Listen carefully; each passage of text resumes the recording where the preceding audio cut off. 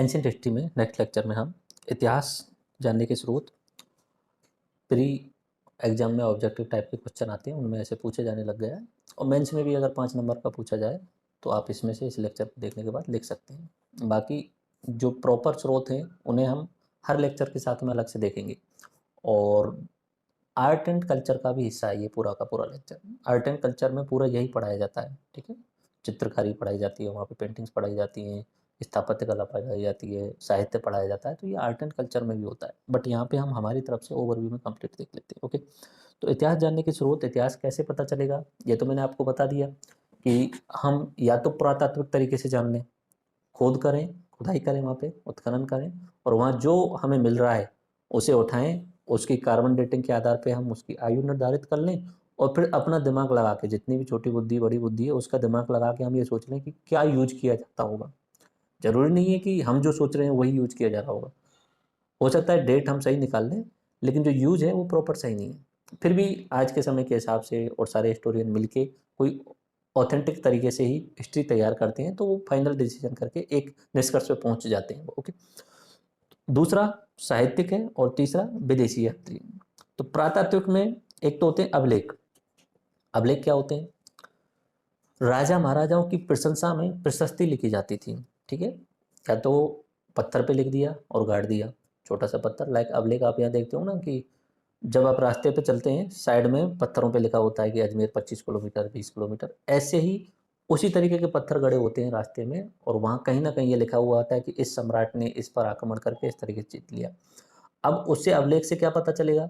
एक तो अभिलेख जिस जिस क्षेत्र में गड़े होंगे उससे सीमाओं का निर्धारण हो जाएगा कि भाई यहाँ यहाँ तक इस राजा का साम्राज्य रहा होगा। दूसरा, उसमें भाषा कौन सी यूज की गई है, लिपि कौन सी यूज की गई है, तो उससे ये पता चल जाएगा कि इस समय कौन सी भाषा बोली जाती होगी और कौन सी लिपि ये यूज करते थे, ठीक है। अगर संस्कृत में लिखा है तो मोस्टली यही लगा है कि संस्कृत भाषा यूज की जाती होगी। बाकी लोकल जनता क्या यूज करती है वो तो नहीं पता, लेकिन एक के आधार पर हम डिसाइड करने की कोशिश करते हैं भाषा कौन सी यूज की जा रही है, ठीक है। तो ये मेन चीज इससे पता चलती है। और अभिलेख भी जो होते हैं वो 3 तरीके के बांटते हैं हम।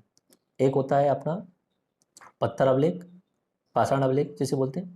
दूसरा होता है स्तंभ अभिलेख, लोहे का पूरा एक पिलर है, उस पिलर पे राजा महाराजाओं की शब्दावली लिखी हुई है, तो उस पर भी पूरा का पूरा डिस्क्रिप्शन में लिखा हुआ है। एक होता है गुहा अभिलेख, गुफाओं के अंतर्गत जो है वो पत्थरों पे कुछ ना कुछ लिखे हुए मिल जाएंगे, मंदिरों के अंदर मिल जाएंगे, ठीक है, तो ये अभिलेख।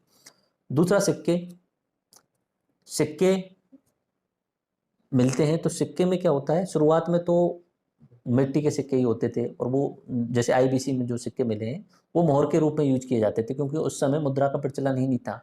उस समय बार्टर पद्धति थी, मोहर का यूज किया जाता था उस सिक्के का। बाद में जो राजा हुए उन्होंने या तो वो सोने के बनवाएंगे, चांदी के बनवाएंगे, या तांबे के बनवाएंगे। अगर सोने का सिक्का है तो ये मान के चलो उस राज्य की आर्थिक स्थिति अच्छी है, ठीक है, उस राज्य में सोना अधिक है। उस सिक्के में वो अपना फोटो भी लगवा लेते थे, तो उससे फोटो से पता चल रहा है कि हाँ भाई ये राजा है, नाम भी लिखवा लेते थे।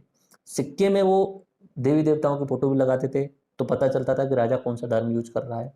अगर सिक्का सोने का है तो आर्थिक स्थिति अच्छी है, चांदी का है थोड़ी कम है, तांबे का है तो आर्थिक स्थिति कमजोर है। और जैसे ही तांबे का होगा तो बाद में देखेंगे तो पता चलेगा कि वो साम्राज्य खत्म ही हो चुका है, क्योंकि आर्थिक स्थिति जहाँ कमजोर हो जाती है वो साम्राज्य खत्म हो जाता है, ठीक है। तो सिक्के, मृदभाण, पॉटरी।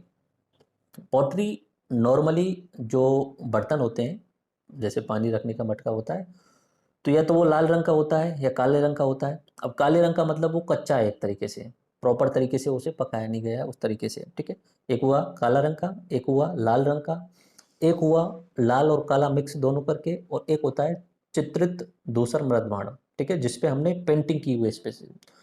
तो उन पोट्री के आधार पे, सिर्फ यही नहीं, अमृतभांड के आधार पे बाकी और भी पोट्री मिलती हैं। अन्न रखने के लिए अलग से पोट्री मिलेगी, खेलने के खिलौने अलग मिल जाएंगे मिट्टी के। तो पोट्री के आधार पे भी हम इतिहास को लिखने की कोशिश करते हैं। अगर हमें बुल कार्ट मिल गया, बैलगाड़ी का, अगर मिट्टी की बैलगाड़ी मिल गई, तो हम आधार पे लगाते हैं कि यहाँ पे जो लोग हैं, बच्चे जो हैं, वो बैलगाड़ी के खिलौने बना के खेलते होंगे, इस तरीके का अनुमान लगाया जाता है। तो पोट्री से हमें सामाजिक समानता और असमानता का पता चलता है। माना जाता है कि जो काले मृदभांड जो हैं, जो बिल्कुल फर्निश्ड नहीं है, एक तरीके से रफ मृदभांड है, पॉटरी है, उसके आधार पे ये मानते हैं कि ये लोग जो है वो गरीब रहे होंगे, इनकी कंडीशन अच्छी नहीं रही होगी।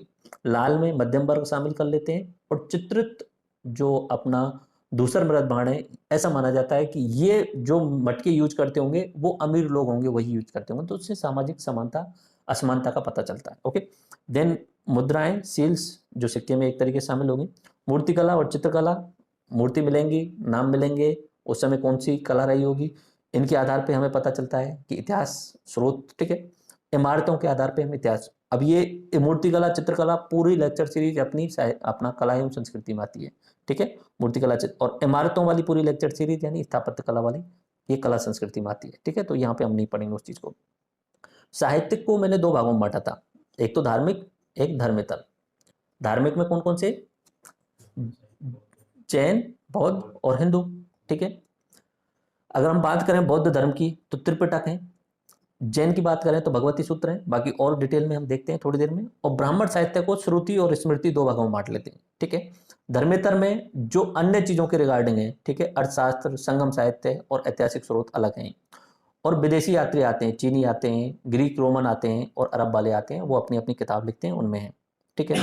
तो पेज नंबर 2 पे आप देख लीजिए, जो मैंने समझाया वही। पुरातात्विक स्रोत अगर पूछ ले कि क्या है पुरातात्विक स्रोत और आरएस में दे दे, तो 2 नंबर में आपको लिखना हो तो खुदाई के दौरान प्राप्त वस्तुओं के आधार पर इतिहास को लिखने की कोशिश करना पुरातात्विक स्रोत कहलाता है, ठीक है। और उसके भाग ये हैं, अभिलेख, सिक्के, मृदबाण, मूर्तिकला और इमारतें। अभिलेख की बात की हमने, अभिलेख को अगर 2 नंबर में पूछ ले तो अभिलेख क्या है, पत्थर एवं कठोर सतहों पर उत्कीर्ण प्रशंसा में लिखे गए प्रशस्ति होते हैं, ठीक है। अभिलेखों के अध्ययन को एपियोग्राफी कहा जाता है। तो ये पॉइंट की पॉइंट प्री के एग्जाम के हिसाब से अभिलेखों का अध्ययन क्या कहलाता है, एपिग्राफी, ठीक है। और इसी तरीके से सिक्कों का अध्ययन क्या कहलाता है, न्यूमिस्मेटिक, ठीक है। अब अभिलेखों की बात करें तो विश्व में सबसे प्राचीनतम अभिलेख जो मिला है वो मध्य एशिया तुर्की वाले क्षेत्र में, जिसे एशिया माइनर बोला जाता है, बोगाजाई नाम करके एक जगह है। अब बहुत सारे अलग नाम, बोगजाई बोलते हैं, बोगाजाई बीच में ई लगा देते हैं, तो बोगजाई इस तरीके से याद रखना, तुर्की के आसपास में मिला है। ये 1400 बीसी का है। अगर मैं आपसे पूछूं कितने साल पुराना है तो कितना बोलोगे आप, ये करीब करीब 3400-3500 साल के आसपास में रहा होगा। 2000 साल तो ये हो गए और 1400 वो पुराने वाले, बीसी बोला है ना, बिफोर क्राइस्ट बोला है मैंने, ईसा पूर्व बोला है, तो 3400-3500 साल पुराना है। और इस पे ये स्तंभ पे वैदिक देवताओं के नाम लिखे हुए हैं, जिनमें मित्र, वरुण, इंद्र और नासत्य इस करके ये वैदिक देवताओं के नाम लिखे हैं। इसलिए जो आर्य थ्योरी जो है वो इससे प्रूव होने की कोशिश करते हैं वो कि आर्य इधर से आए हुए होंगे, ठीक है।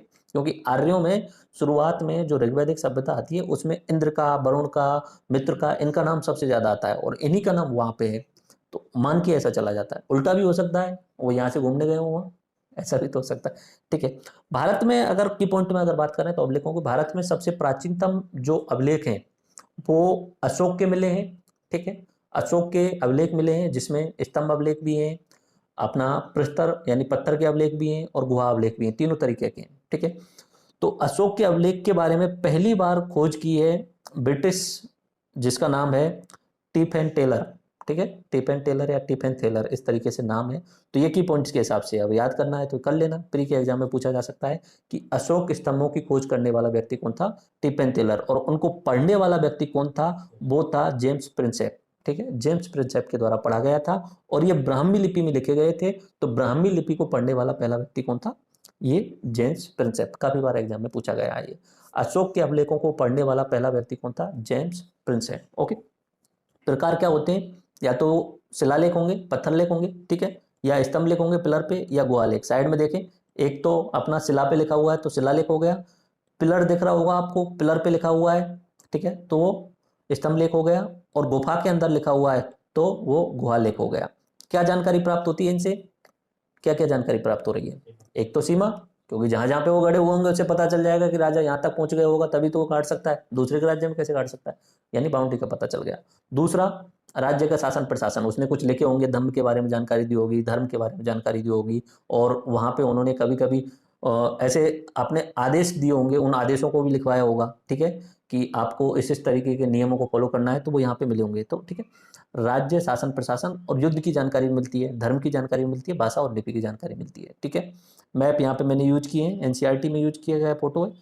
तो ये अपना अभिलेख वाला टॉपिक, अब इसमें 10 नंबर से पूछ ले आपसे 5 नंबर में, तो ये की पॉइंट्स आप ध्यान रख लेना, ठीक है। अभिलेख अगर 5 नंबर में पूछ लिया जाए तो ये पॉइंट आप लिख देना, इतना ही काफी है, इससे ज्यादा आपको नहीं लिखना। अब महत्वपूर्ण अभिलेख यहाँ पे मैप में मैंने डाले हुए हैं। कुछ अभिलेखों के नाम आप याद रख लेना, ठीक है। नाम तो क्या, उनके राज्यों के नाम याद रख लेना, और उनका जो राजा था उस समय उनके नाम याद रख लेना, यानी किस राजा ने लिखवाए वो याद रख लेना। हाथी गुम्फा उड़ीसा में एक जगह है, और खारबेल शासकों के द्वारा वहां पे अभिलेख लिखाए गए। ओके।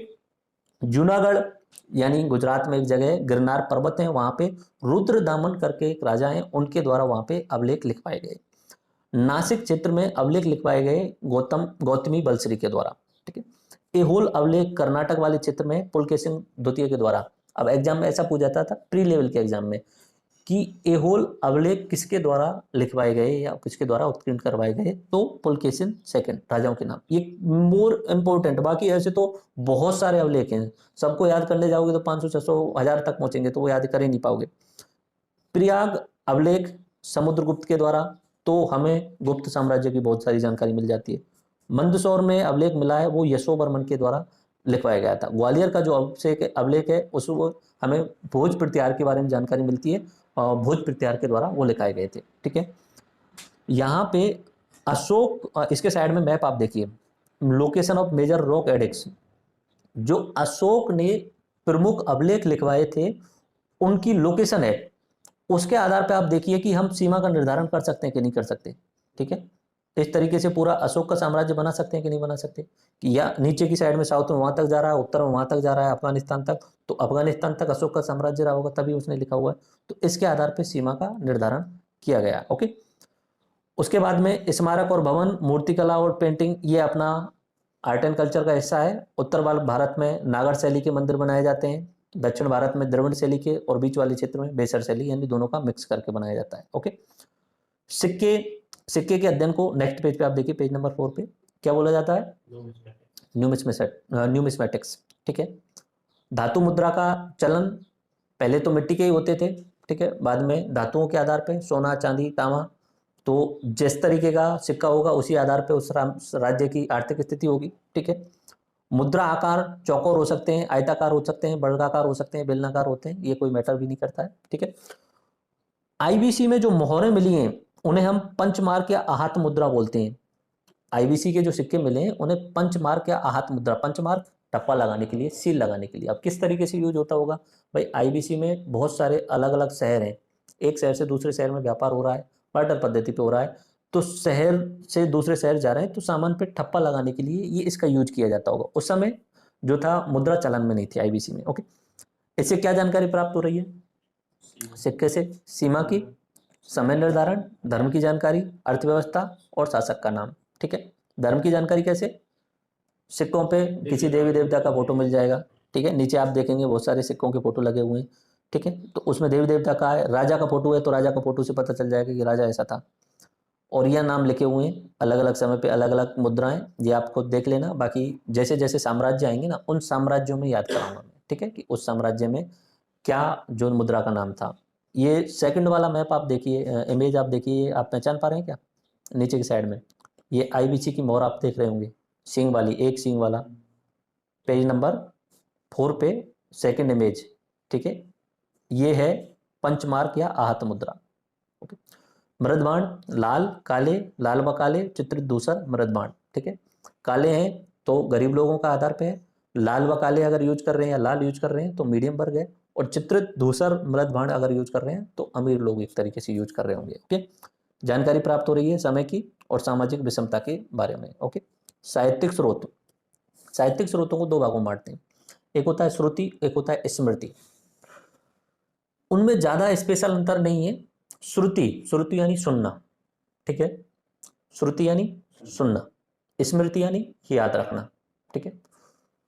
श्रुति वाले जो साहित्य हैं, लाइक ऋग्वेद, ऋग्वेद के बारे में बोला जाता है कि भगवान के द्वारा, ब्रह्मा जी के द्वारा इसे सुनाया गया ऋषि मुनियों को, ठीक है, ऋषि मुनियों ने उसे याद कर लिया, ठीक है, फिर उसे जनरेशन बाय जनरेशन पास करते चले गए। लेकिन एक समय ऐसा आया जब ताड़पत्र पे लिखना शुरू हुआ, तब उन श्लोकों को और उन गद्य पद्यों को वहां पे लिख लिया गया, ठीक है, तो वो हो गए श्रुति, यानी सुना हुआ ईश्वर की वाणी जो प्राचीन काल में ऋषियों द्वारा सुनी गई थी, शिष्यों के द्वारा सुनकर जगत में फैलाई गई, बाद में इन्हें लिखित कर दिया गया।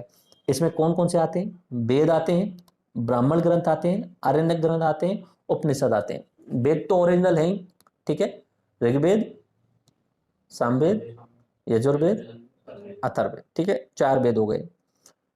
इन वेदों पे कमेंट्री की गई, उन वेदों पे टिप्पणियां की गई ब्राह्मण ग्रंथों के द्वारा, यानी उन वेदों के बारे में पर्टिकुलर लोगों ने अपने विचार रखे ब्राह्मण ग्रंथ के रूप में।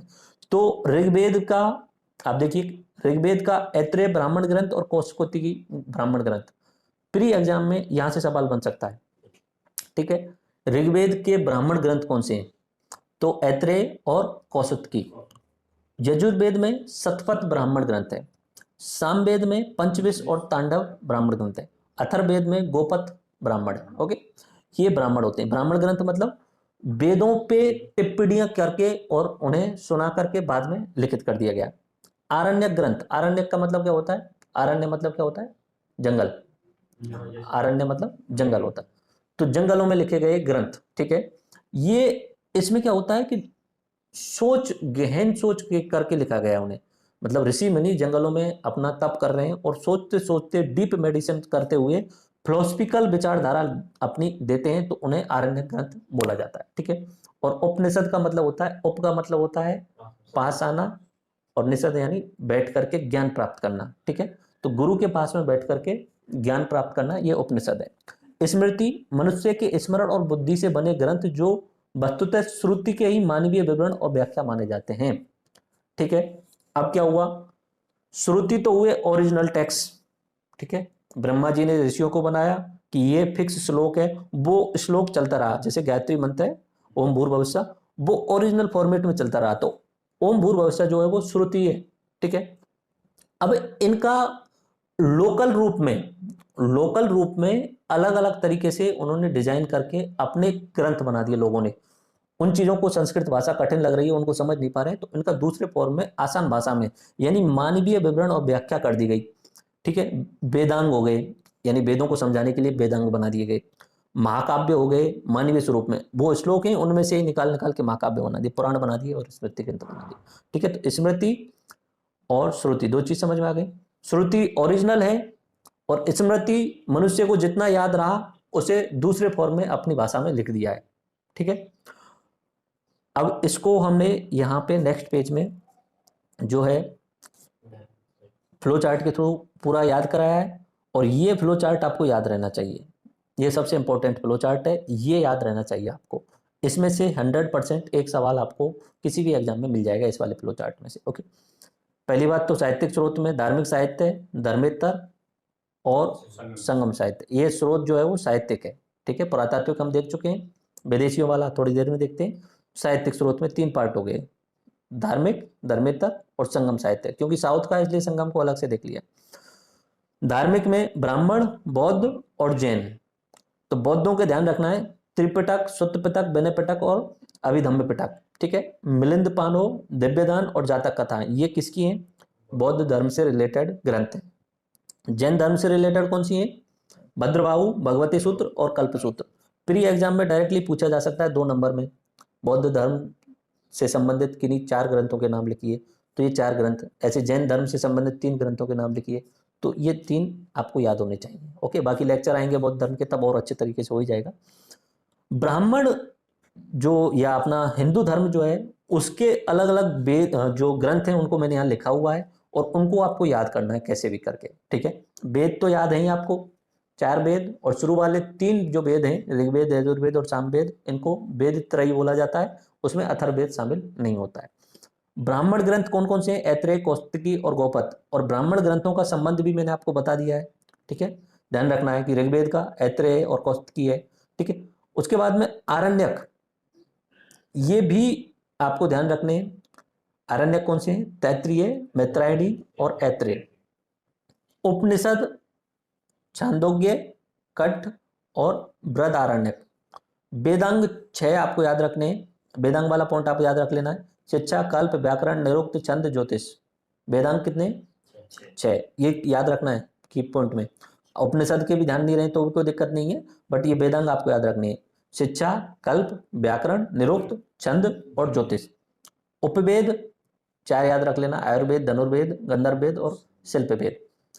6 दर्शन, 6 हमारी प्रमुख फिलॉसफी है वो नाम याद रखने हैं। सांख्य, योग, न्याय, वैशेषिक, पूर्व मीमांसा, उत्तर मीमांसा। ठीक है, ये प्रमुख फिलोसफी है हमारी ब्राह्मण धर्म की या हिंदू धर्म की। महाकाव्य 2 हैं, रामायण और महाभारत। पुराण बहुत सारे हैं, ठीक है, 18 से ज़्यादा हैं। तो विष्णु पुराण, भागवत पुराण, शिव पुराण, गरुड़ पुराण है। स्मृति, मनुस्मृति, नारद स्मृति, याज्ञवल्क्य स्मृति। ठीक है, अब जो लौकिक साहित्य हैं उनको आप देखिए। लौकिक साहित्य से पहले आप संगम साहित्य देख लीजिए। संगम साहित्य में आपको 3 नाम याद रखने हैं कैसे भी करके। एक है शिल्पाधिकारम, मणिमेखले, जीवक चिंतामणि। उसके बाद में 2 और हैं जो हैं तोलाकप्पियम और अगत्तियम। ये 2 और याद रखने हैं जो कि तमिल ग्रामर से रिलेटेड है। जीवक चिंतामणि जो है वो विवाह से संबंधित पुस्तक है।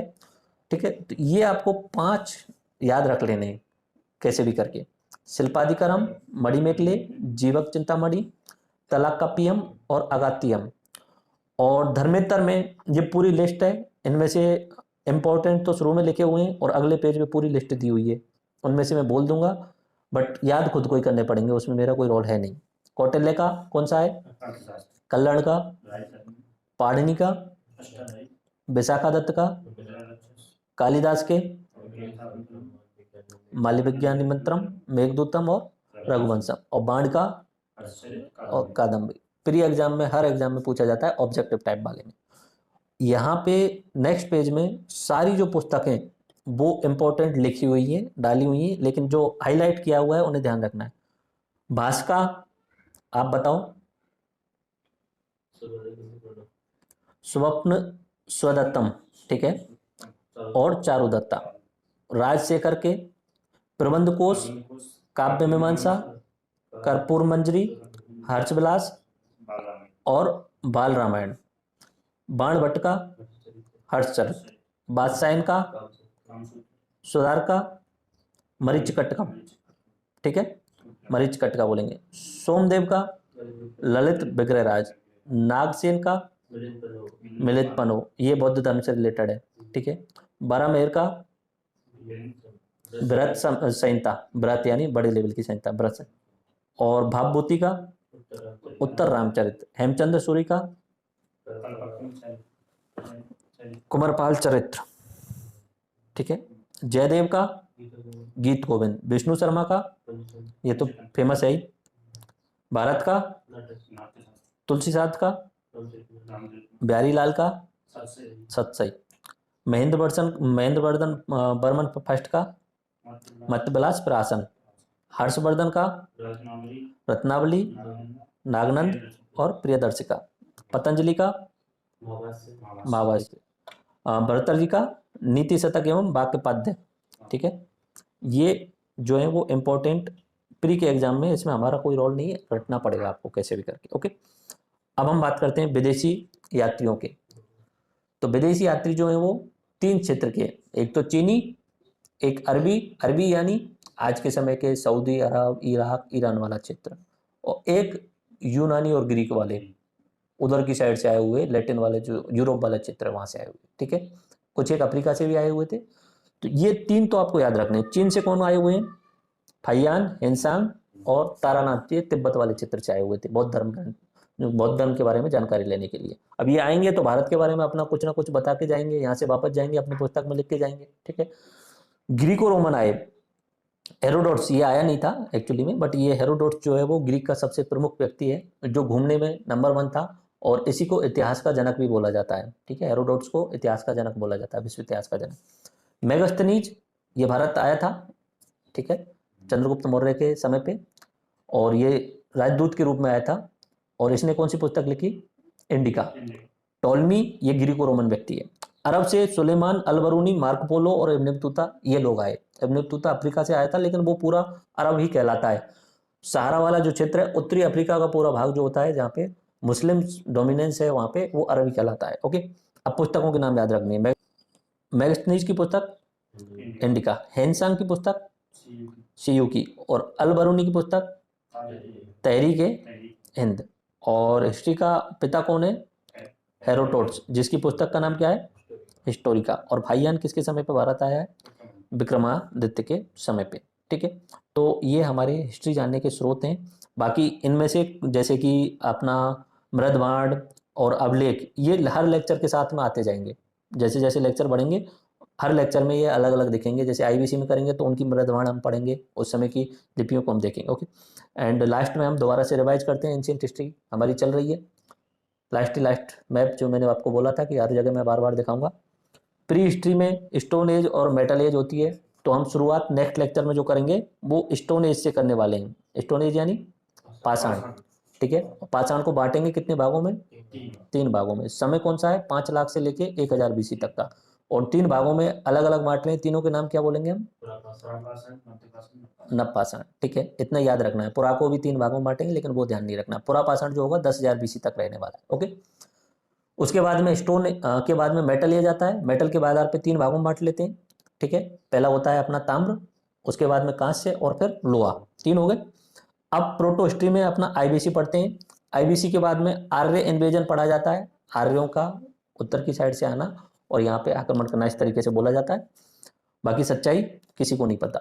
फिर उसके बाद में वैदिक एज 1500 से 500, फिर महाजनपद, फिर मौर्य, फिर विदेशी आक्रमण, फिर गुप्त और फिर हर्षवर्धन। इस तरीके से हमारा पूरा आगे का रहेगा। बीच में रिलीजन फिलोसफी देखते हैं और चोल चेर पांडे ये देखते हैं। तो हिस्ट्री के सोर्स समझ में आए।